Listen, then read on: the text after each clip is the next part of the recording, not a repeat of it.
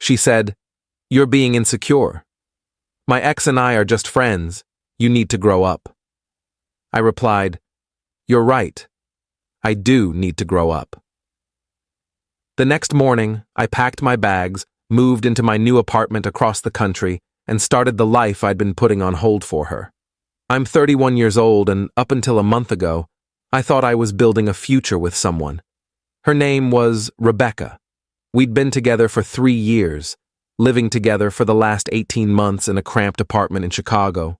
I'd turned down 2 job opportunities in other cities because she said she couldn't leave. Her family was here. Her friends were here. Her life was here. So I stayed. I made it work. I convinced myself that's what you do when you love someone. The problem started about 6 months ago when her ex-boyfriend Marcus moved back to Chicago. She told me he'd be reaching out, that they'd stayed friends over the years, that it was completely platonic. I said fine. I'm not the jealous type. I've never been that guy who tells his girlfriend who she can and can't talk to. But then Marcus started showing up. A lot. First, it was coffee. "Just catching up," she said. Then it was lunch. Then it was dinner with a group of friends that somehow always seemed to be just the 2 of them by the time she got home. She'd come back smelling like his cologne, laughing at inside jokes I wasn't part of, checking her phone constantly. I tried to be cool about it. I really did. But 3 months in, I couldn't ignore it anymore. It was a Thursday night, around 9 p.m. Rebecca was getting ready to go out. Again. I was on the couch with my laptop, trying to focus on work.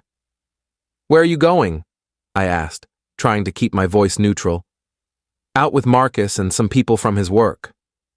There's this new bar that just opened. It's Thursday night." "So? So you've been out with Marcus 3 times this week already." She stopped applying her lipstick and turned to face me. "Are we really doing this again?" "Doing what?" "Having a conversation about my girlfriend spending more time with her ex than with me. He's not my ex anymore. He's my friend. There's a difference." "Is there?" "Because from where I'm sitting, it looks exactly like dating." She rolled her eyes. "You're being ridiculous. We're just friends. That's it." "Then why can't I come along?" "Because it's not your crowd. You'd be bored. Try me." "No, I need space to have my own life. I can't have you hovering over me all the time." "I'm not hovering. I'm asking to be included in your life." She grabbed her purse and headed for the door. "I don't have time for this. We'll talk when I get back." "When will that be?" "I don't know.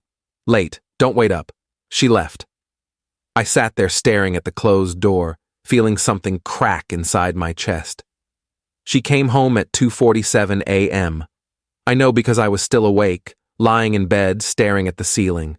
She stumbled in, giggling at something on her phone, and barely acknowledged me when she crawled into bed. The next morning I tried again. "We need to talk about last night."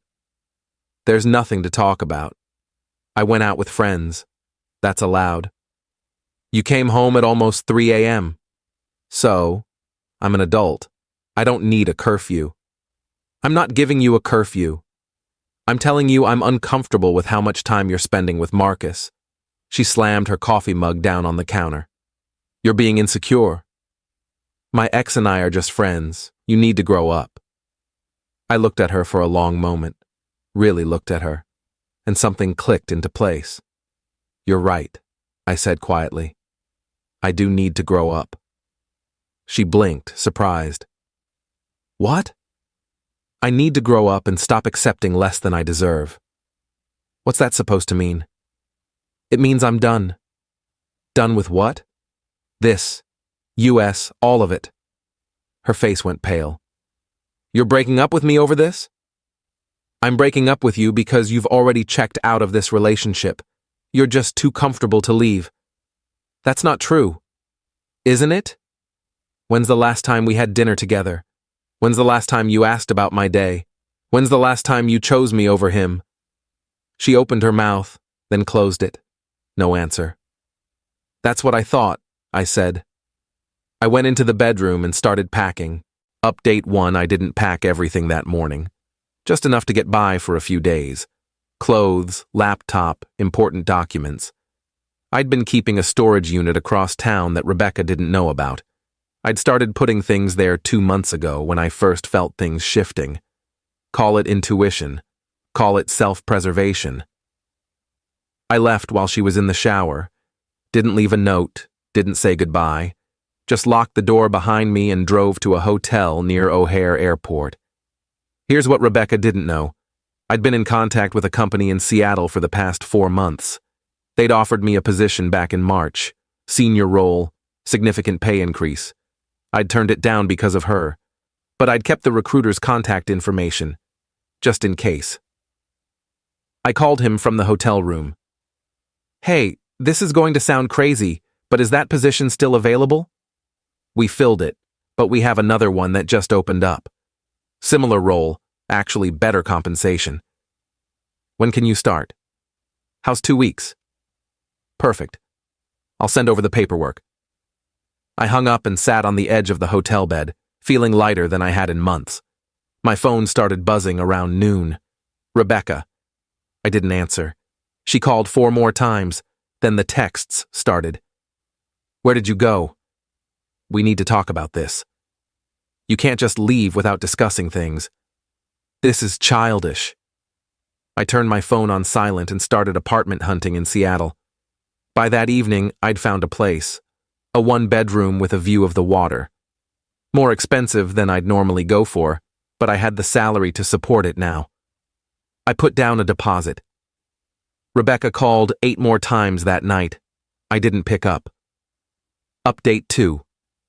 The next morning, I drove back to the apartment while Rebecca was at work. I'd coordinated with our landlord to get my name off the lease.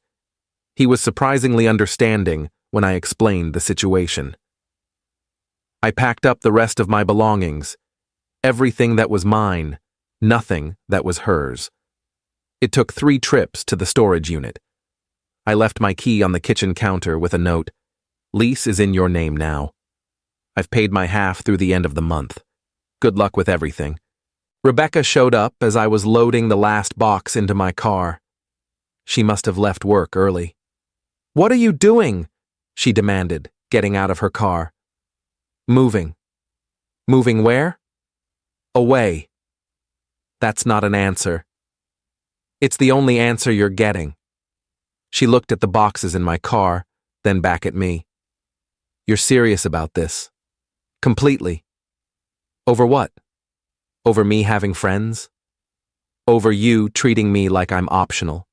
"Over you prioritizing your ex over your actual relationship." "Over you gaslighting me every time I tried to talk about it." "I never gaslighted you. You told me I was insecure for having completely reasonable concerns. You made me feel crazy for noticing that my girlfriend was essentially dating someone else. I wasn't dating Marcus. Maybe not technically, but you were doing everything except that. And honestly, I don't care anymore. You can do whatever you want now."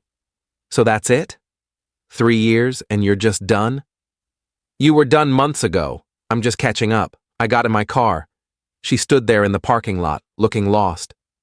"Where are you going?" she called out. "Somewhere better." I drove away and didn't look back. Update 3. I spent the next 10 days in the hotel tying up loose ends.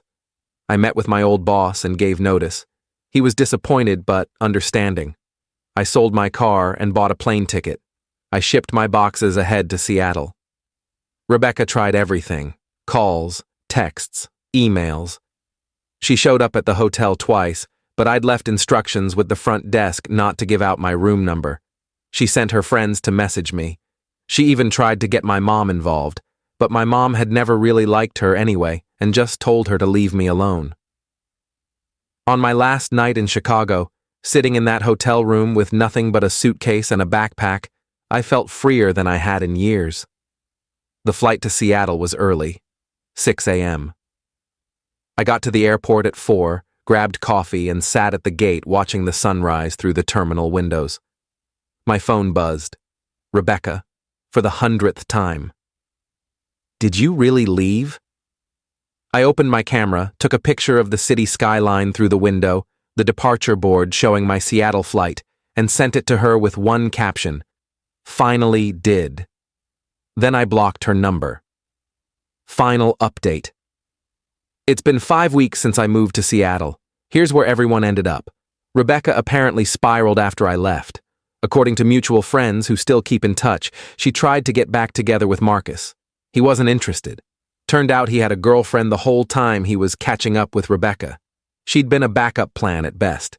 She's apparently still in Chicago, still in that apartment, working the same job, living the same life. Just without me in it. My old friends from Chicago have been surprisingly supportive.